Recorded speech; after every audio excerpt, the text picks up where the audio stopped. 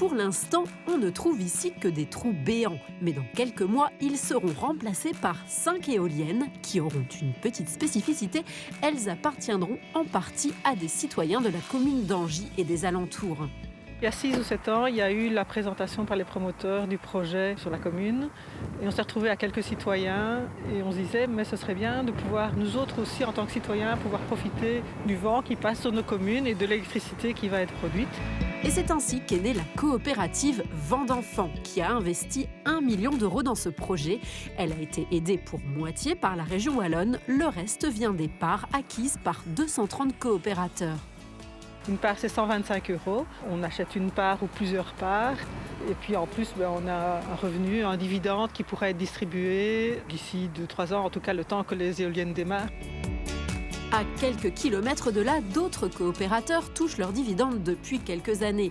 Eux sont en partie propriétaires de cette centrale de biométhanisation. Ici, l'électricité est produite grâce au fumier apporté par une quinzaine d'agriculteurs du coin et envoyé vers ces 2 gros digesteurs pour une durée de 60 jours.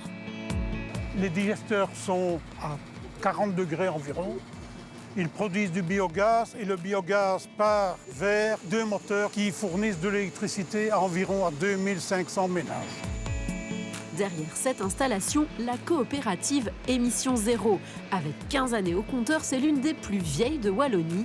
C'est aussi l'une des plus importantes. Elle compte près de 3000 coopérateurs, un capital qui approche les 6 millions d'euros et de nombreux projets en portefeuille.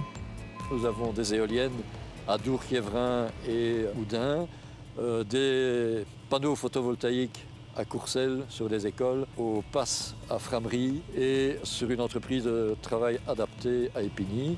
Ensuite, des unités de production hydroélectrique, 4 unités sur la Sambre et 2 unités sur l'Ourthe. Et bien entendu, la biométhanisation, le site sur lequel nous nous trouvons, donc ici à Auchin. Les coopérateurs participent au financement, mais pas seulement. Ils peuvent aussi bénéficier de l'énergie produite. Et pour ce faire, les premières coopératives wallonnes ont créé leur propre fournisseur d'électricité, accessible à leurs membres. Son nom, Cociter.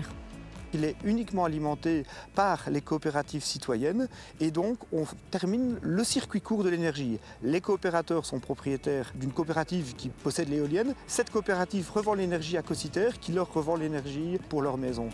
Écologique, mais aussi économique. Les tarifs Cociter sont en moyenne 10 à 15% moins chers que les prix les plus bas du marché.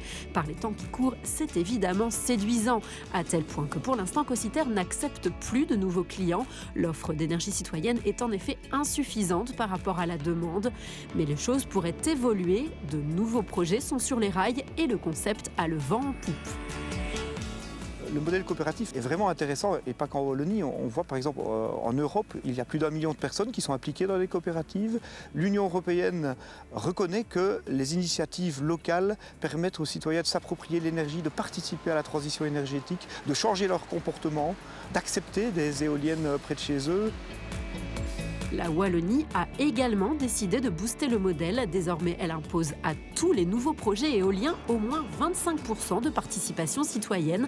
Un coup de pouce pour cette énergie verte et décentralisée qui représente aujourd'hui 15 000 coopérateurs réunis dans 20 coopératives qui produisent ensemble l'équivalent de la consommation de 23 000 ménages.